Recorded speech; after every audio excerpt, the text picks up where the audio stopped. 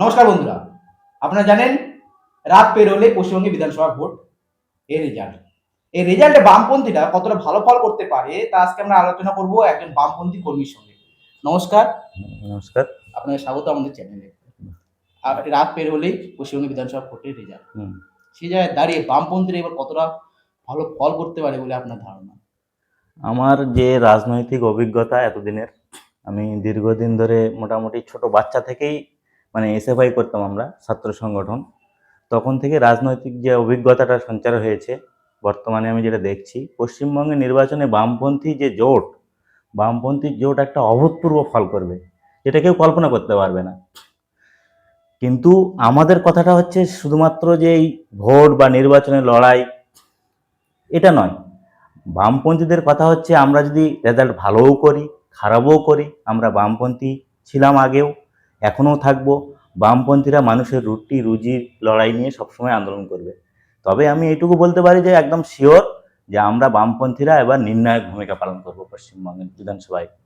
তাহলে আমরা এবার বিধানসভা ধরে ধরে আসি।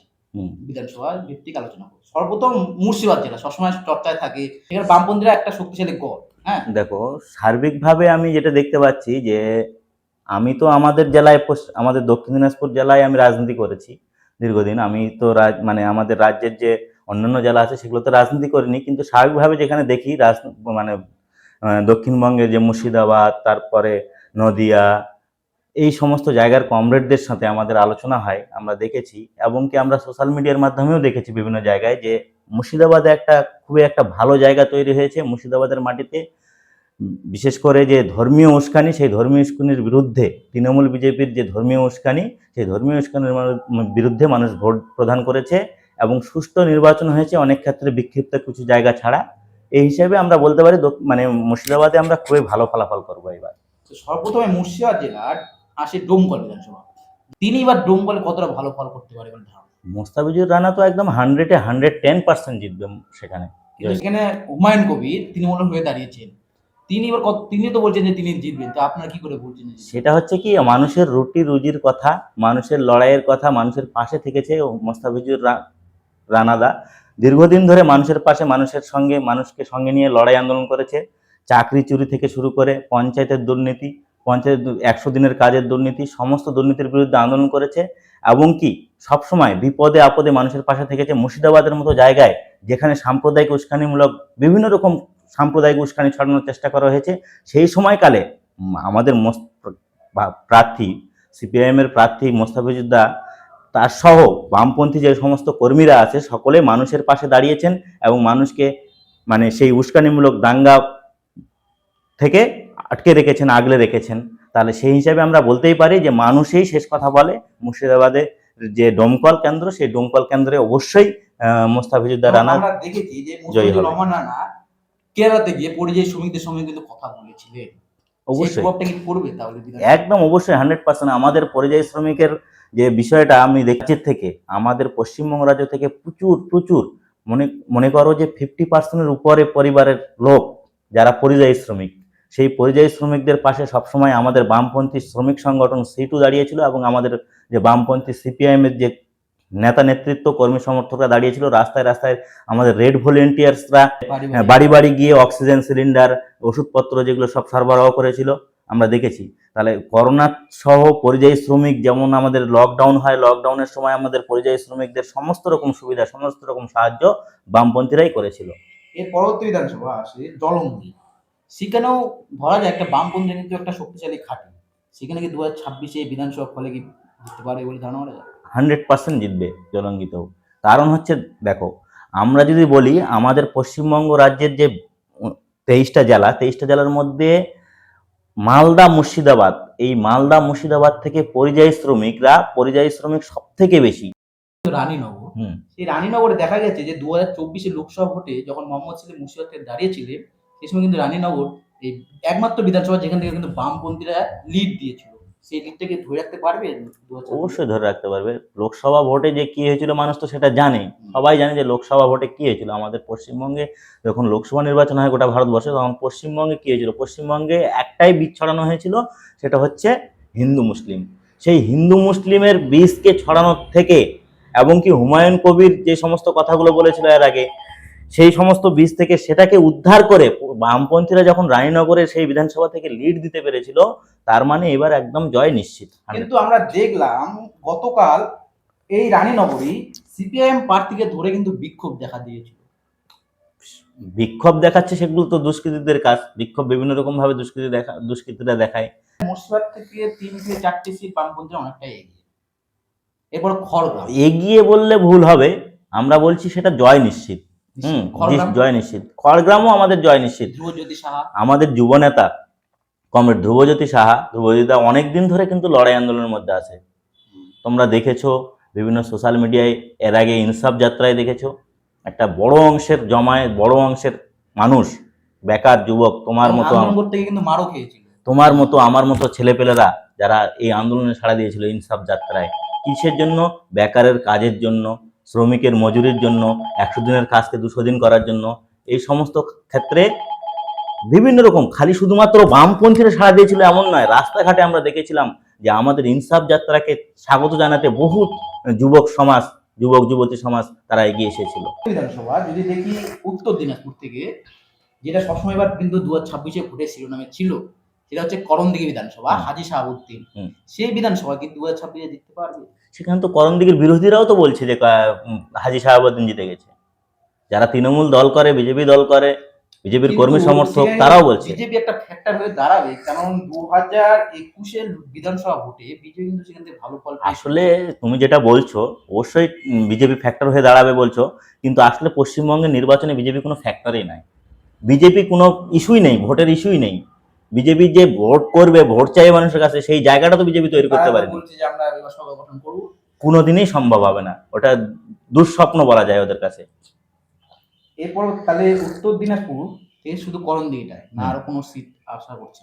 ইসলামপুরও পাবো আমরা, ইসলামপুর অবশ্যই। ইসলামপুর, উত্তর দিনাজপুরের মধ্যে করণদিঘি, ইসলামপুর আমরা জয় নিশ্চিত আমাদের। তার সাথে আমাদের অন্যান্য সিটেও লড়াই হচ্ছে। এরপরে আসছে সাগরদিঘি, মনে পড়ে বাইরন বিশ্বাসকে? অবশ্যই বাম কংগ্রেসের জোটের প্রার্থী ছিলেন তিনি এবং জয়ী হয়েছিলেন। তারপর তো তিনি তৃণমূল কংগ্রেসের জোট। এবার 2026 সেখানে বামপন্থী সংগঠনগুলো জোটের এসডিপিআই প্রার্থী হয়েছেন। হ্যাঁ, তো তিনি কতটা এখানে ফাইট দিতে পারবে সাগরদিঘিতে? বামপন্থীদের যে জোট সঙ্গী এসডিপিআই, সে তো অনেকদিন আগেই জিতে আসে। আর বাইরন বিশ্বাস তো নিজেই বাইট দিয়ে বলেছেন যে আমি নিজে হেরে গেছি, এটা তো আর বলার অপেক্ষা রাখে না। আর সেখানে বিজেপি তো কোনো ফ্যাক্টরই না, তাহলে একদম কংগ্রেস যদি ফ্যাক্টর হয়ে দাঁড়াতে পারে। কংগ্রেসও ফ্যাক্টর হয়ে নাই। কংগ্রেসের যে নেতারা, পশ্চিমবঙ্গের যে বর্তমানে যে নির্বাচন 2026-এর যে বিধানসভা নির্বাচন, কংগ্রেসের নেতারা হচ্ছে জোট তৈরি করেনি, কিন্তু কংগ্রেসের যে যে সমস্ত নিচুতলার কর্মীরা, সেই সমস্ত কর্মীরা কিন্তু বামপন্থীদের সঙ্গে মনে প্রাণে জোট তৈরি করেছে। অর্থাৎ কংগ্রেসের ভোটটাও সেখান থেকে আমরা এসডিপিআই পেয়েছি। এরপরে যেটা সবসময় আমাদের যারা বামপন্থী করে, তাদের সামনে সারির মুখ মীনাক্ষী মুখার্জি উত্তরপাড়া থেকে দাঁড়িয়েছেন, এবং অন্যদিকে কিন্তু তৃণমূল কংগ্রেসের শীর্ষণ্য বন্দ্যোপাধ্যায়। এই দুজনের মধ্যে কিন্তু একটা ফাইট হচ্ছে। কি মনে হয় যে উত্তরপাড়ায় কে জিতবে? উত্তরপাড়ায় মীনাক্ষী নির্বাচন ঘোষণা হওয়ার পরেই জিতে গেছে। মীনাক্ষী নির্বাচন ঘোষণা হওয়ার পর যখন প্রার্থী তালিকা প্রকাশ হয় বামপন্থীদের, যে উত্তরপাড়ায় মীনাক্ষী দাঁড়িয়েছে, মীনাক্ষী প্রার্থী হচ্ছেন এবার, তাহলে মীনাক্ষী প্রার্থী হচ্ছেন মানে মীনাক্ষী ওই দিনেই জিতে গেছেন। কিন্তু আমরা এটা ঠিক বলেছো, আমরা দেখেছি যে উত্তরপাড়া, বিশেষ করে উত্তরপাড়া বিধানসভায় বামপন্থীর 20% ভোট ছিল, লোকসভাতে আবার সেটা বাড়ি হয় 23%। সেই জায়গাটায় যদি মীনাক্ষী মুখার্জি 20% ভোট যদি টানে, তাহলে কিন্তু অনেকটা জেতার কাছাকাছি। সেই ভোটটা কি টানতে পারবে তো? 20% কেন, আরো বেশি বেশি সংখ্যক ভোট টানবে। যখন আমরা দেখেছি যুবক যুবতীদের জন্য লড়াই আন্দোলন, অভয়া থেকে শুরু করে সমস্ত ক্ষেত্রে যখন আমরা দেখেছি, শুধুমাত্র আমরা বামপন্থীরা দেখেছি এমন নয়, সেখানে তৃণমূল পরিবারের ছেলে, বিজেপি পরিবারের ছেলে, তারাও দেখেছে। এবং কি মীনাক্ষীকে তারা মনে প্রাণে সমর্থন করে এবং মীনাক্ষীকে তারা বিধানসভায় পাঠাবে, এটা তারা ঠিক করে নিয়েছে। কিন্তু সেখানে কল্যাণ বন্দ্যোপাধ্যায় তৃণমূল কংগ্রেসের হেভিওয়েট নেতার ছেলে, ফাইট দেওয়াটা কিন্তু একটু হলেও কঠিন। হেভিওয়েট বলতে আমরা তো হেভিওয়েট বলতে বুঝি মানুষ, হেভিওয়েট বলতে প্রার্থী হয় না বা কল্যাণ বন্দ্যোপাধ্যায়ের মতন লোকেরা হয় না। মীনাক্ষীর মতো একজন প্রার্থীকে যদি সামনাসামনি করতে হয়, কিছুটা তো একটা লড়াই দিতে হবে, তার কারণেই ছেলেকে পাঠিয়েছে। এর পরবর্তী বিধানসভা আছে যাদবপুর, যেখানে একসময় বলা যেত যে বামপন্থীদের লাল দুর্গ। সেই জায়গাতে 2026-এ দাঁড়িয়েছেন বিকাশ রঞ্জন ভট্টাচার্য। এক সময় নয়, এই কথাটা ভুল বললে, বা যখন ক্ষমতা চলে যাওয়ার পরও, আমরা 2011 সালে ক্ষমতা যাওয়ার পরও সেখানে সুজন চক্রবর্তী কিন্তু জিতেছিল। ওটা 2016-তে, কিন্তু হ্যাঁ 2011-তে হারিয়ে গেছে। হ্যাঁ, 2011-তে হারার পর 2016-তে আবার জিতেছিল সুজন চক্রবর্তী। কিন্তু বামপন্থীদের দুর্গ চিরকালই যাদবপুর ছিল। কিছুদিন আগে দেখলে যে হ্যাঁ, সেখানে যাদবপুর ইউনিভার্সিটিতে একটা ইলেকশন হলো, সেখানে বামপন্থীরা বিপুল জয় অর্জন করেছে। সেখানে বিজেপি তৃণমূল কোনো খাতা খুলতে পারেনি, এমনকি বিজেপি সেখানে নোটার থেকেও কম ভোট পেয়েছে, দেখেছো তুমি। তো এবার যেই দেখতে পাচ্ছ যে যুব সমাজ, যেখানে চাকরি নিয়ে আন্দোলন হচ্ছে, কর্মসংস্থান নেই গোটা রাজ্যে কোনো কর্মসংস্থান নেই। যেও চাকরি হয়েছিল সেখানে 26,000 চাকরি ছাঁটাই হয়েছে। যুবক সম্প্রদায় তো এমনিতেই ক্ষিপ্ত, তার উপরন্ত সেটা হচ্ছে যাদবপুর, সেটা মাথায় মনে রাখতে হবে। তাহলে সেই ক্ষেত্রে আমরা দেখতে পাচ্ছি যুব মানে সেখানে আমাদের প্রার্থী কমরেড বিকাশ রঞ্জন ভট্টাচার্য অবশ্যই জয়লাভ করবেন। এর পরবর্তী বিধানসভা আছে যেটা উল্লেখযোগ্য, উত্তর দমদম, দীপশিতা ধর। তিনি কি এবার ফাইট দিতে পারবেন? দীপশিতা ধর নামটা তোমার তো পরিচিত খুবই, হ্যাঁ, একদম পরিচিত। দীপশিতাকে তুমি কি ভাবে চেনো? একজন শিক্ষিত, ভদ্র, ভদ্র, উচ্চশিক্ষিত। উচ্চশিক্ষিত। তাহলে মানুষ কি, দমদমের মানুষ তো এতটা বোকা নয়। আমরা গ্রাম বাংলার মানুষ হয়তো ততটা বোকা হতে পারে, কিন্তু দমদমের মানুষ তো এতটা বোকা নয় যে একজন এত উচ্চশিক্ষিত, দীর্ঘদিন ধরে রাজনীতি করছে, তোমার আমার পরিবারের ছেলে মেয়ের কথা বলছে, আমাদের কথা বলছে, সাধারণ খেটে খাওয়া মানুষদের কথা বলছে, এবং কি লড়াই করছে সেখানে। এবং যে দমদম আমি দেখেছি, আমি বিগত হচ্ছে মাস দুয়েক আগে গেছিলাম দমদম এরিয়াতে, আমি ছিলাম 2-3 দিন ওখানে। সেখানে দেখেছি যে যেই জায়গাগুলোতে আমরা লাল পতাকা দেখতে পেতাম না, পার্টি অফিসগুলো খোলা থাকতো না অনেক জায়গায়, কিন্তু আমি যখন 2-3 মাস আগে যখন গেছিলাম ওখানে দেখেছি যে দমদমের পুরো এরিয়াটাতে, উত্তর দমদম যেটা বলছো, উত্তর দমদমের পুরো এরিয়াটাতে সমস্ত পার্টি অফিসগুলো খোলা পড়েছে, এলাকায় এলাকায় লাল ঝান্ডা। কিন্তু আমরা সেখানে তৃণমূল বা বিজেপির কাউকে দেখতে পাইনি, সেরকম পতাকা দেখা যায় না। কিন্তু 24 ঘন্টা আমরা দেখেছি যে পার্টি অফিসগুলোও খোলা থাকছে, এবং পার্টির কর্মীরা দেখেছি যে সেখানে কাজকর্ম করছে রাস্তায়। এর পরবর্তী বিধানসভা যদি দেখা যায় সেটা হচ্ছে পানিহাটি। পানিহাটি বিধানসভা কিন্তু সবসময় চর্চায় ছিল। সেখানে জানেন অভয়ার মা দাঁড়িয়েছে বিজেপি থেকে, এবং সিপিআইএম হয়ে কলকান দাস গুপ্ত দাঁড়িয়েছেন। এই দুজনের মধ্যে হেভিওয়েট কে মনে হয়? আমি প্রথমেই বলেছি হেভিওয়েট বলতে কিছু নেই। হেভিওয়েট মানে হচ্ছে মানুষই হেভিওয়েট। তো তুমি তো দেখেছো, নিশ্চয়ই দেখেছো যে সোশ্যাল মিডিয়াতে পানিহাটিতে কেমন, মানে যখন বামপন্থীরা বিভিন্ন রকম মিছিল কর্মসূচি করেছে, কর্মী সভা করেছে, তুমি দেখেছো সোশ্যাল মিডিয়ায় সেটা ভাইরাল হয়েছে। হয়তো বাজারে মিডিয়া সেগুলো দেখাবে না, কিন্তু দেখেছিলে যে কোনোদিন বিজেপির বা তৃণমূলের মিটিং মিছিলে অতগুলো লোক হয়েছিল? যেটা গোটা পশ্চিমবঙ্গ বিধানসভায়। আমি আপনাকে একটা কাউন্টার প্রশ্ন করতে পারি। অবশ্যই। প্রশ্ন হচ্ছে, বামুদের তো ব্রিগেডও ভরায়, হুম, কিন্তু 2024-এ তো 0, 21-এ 0। পঞ্চায়েত ভোটে মুর্শিদাবাদ জেলাতে একটু যা ভালো ফল করলো। আমি তো প্রথমেই বলেছিলাম যে এর আগের ভোটটা কি হয়েছিল। হ্যাঁ, সে ভোট যত ছাপ্পা হোক বা কিছু একটা জায়গায় গন্ডগোল হতেই পারে, গন্ডগোল হয়েছে, হয় ভোট মানে, কিন্তু এবার ভোটটা সুষ্ঠু হয়েছে, সেই জায়গায় কিন্তু দাঁড়িয়ে পারবে এই বিধানসভা একদম 100%, 120% বলা যায়।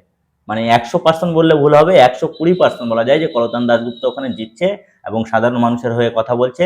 এবং অভয়াদের, আমাদের গোটা রাজ্যে যে সমস্ত অভয়ারা মানে ধর্ষিত হচ্ছে বিভিন্ন জায়গায়, সে তার বিরুদ্ধে কঠোর শাস্তির ব্যবস্থা করতে হবে। আমাদের যে ডাক্তার, চিকিৎসক অভয়া, সেই মৌমিতা দেবনাথের বিচারটা সেই কলতান দাশগুপ্তই ছিনিয়ে আনবে, এটুকু আমরা আশা রাখতে পারি।